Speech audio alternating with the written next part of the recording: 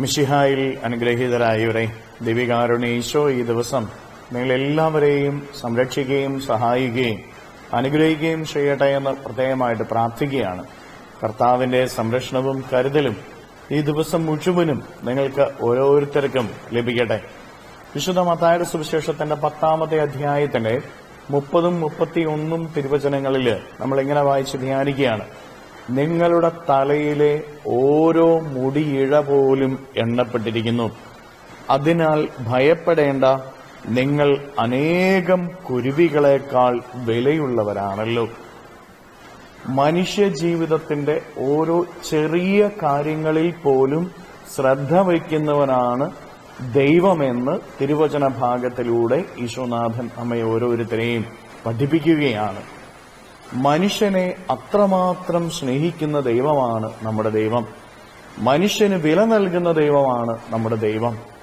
പ്രിയപ്പെട്ട ദൈവമക്കളെ, നമ്മുടെയൊക്കെ ജീവിതത്തിന്റെ വഴികളിൽ പലപ്പോഴും നമ്മളൊക്കെ നിരാശപ്പെട്ടു പോകാറുണ്ട്. ആരും നമ്മളെ മനസ്സിലാക്കുന്നില്ല എന്ന് നമ്മൾ ഓരോരുത്തരും പറയാറുണ്ട്.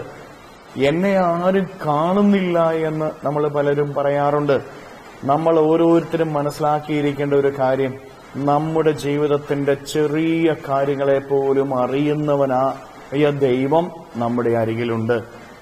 നമ്മുടെ ജീവിതത്തിന്റെ ചെറിയ കാര്യങ്ങളെ പോലും ദൈവം അറിയുന്നുണ്ട്.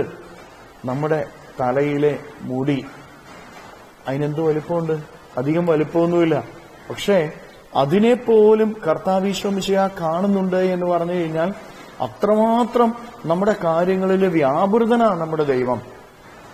ഇത്രമാത്രം നമ്മുടെ ജീവിതത്തില് ഇടപെടുകയും നമ്മുടെ ജീവിതത്തിന്റെ പല കാര്യങ്ങളിലും വ്യാപൃതനാവുകയും ചെയ്യുന്ന നമ്മുടെ ദൈവത്തിന്റെ കൂടെ നിൽക്കാനായിട്ട് നമുക്ക് ഓരോരുത്തർക്കും സാധിക്കണം.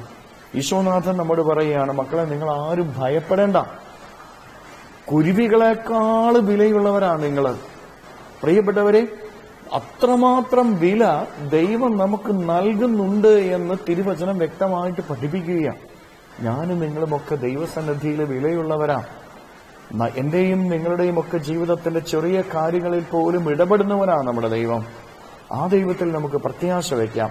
ആ ദൈവത്തോട് നമുക്ക് ചേർന്ന് നിൽക്കാം. ആ ദൈവത്തെ നമുക്ക് സ്നേഹിക്കാം. അവൻ പറയുന്നത് നമ്മുടെ ജീവിതത്തിൽ പ്രാവർത്തികമാക്കാം.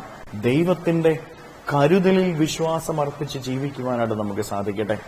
ജീവിതത്തിൽ ഏതവസ്ഥകളിലൂടെ കടന്നുപോയാലും എന്റെ ദൈവം എന്റെ കാര്യത്തിൽ കരുതലുള്ളവനാണ്. എന്റെ ദൈവം എന്റെ കുടുംബത്തിന്റെ കാര്യത്തിൽ കരുതലുള്ളവനാണ്.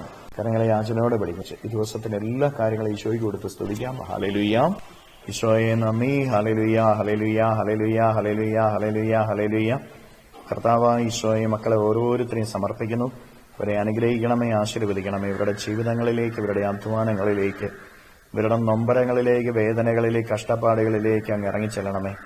ഈശോയെ, അങ്ങയുടെ പ്രവൃത്തികൾ ചെയ്ത് ജീവിക്കാൻ ഇവരെ ഈ ദിവസം സഹായിക്കണമേ. ഈ ദിവസത്തെ ഇവരുടെ എല്ലാ അധ്വാനങ്ങളിലും അങ്ങയുടെ കൃപ ഇവരിൽ നിറയട്ടെ. അങ്ങയുടെ അഭിഷേകം ഇവരിൽ നിറയട്ടെ. അങ്ങയുടെ ചൈതന്യം ഇവരിൽ നിറയട്ടെ. ഇവരുടെ ജീവിതത്തിൽ നിന്ന്, ജീവിത വഴികളിൽ നിന്ന്, അധ്വാന മേഖലകളിൽ നിന്ന് ദിവ്യകാരുണ്യത്താൽ സർവ്വ പീഡകളെയും, ബന്ധനങ്ങളെയും, തടസ്സങ്ങളെയും, ശാപങ്ങളെയും, ദുരിതങ്ങളെയും ബന്ധിച്ചു നിർവീര്യമാക്കി നരകാഗ്നിയിലേക്ക് അട്ടിപ്പായിക്കുന്നു. എല്ലാ കെട്ടുകളും ഇവരുടെ ജീവിതത്തിൽ നിന്ന് അഴിയട്ടെ എന്ന് കേൾപ്പിക്കുന്നു. Hallelujah, hallelujah, hallelujah. നിത്യപിതാവും പുത്രനും പരിശുദ്ധാത്മാവുമായ സർവേശ്വര എന്നേക്കും ആമേൻ.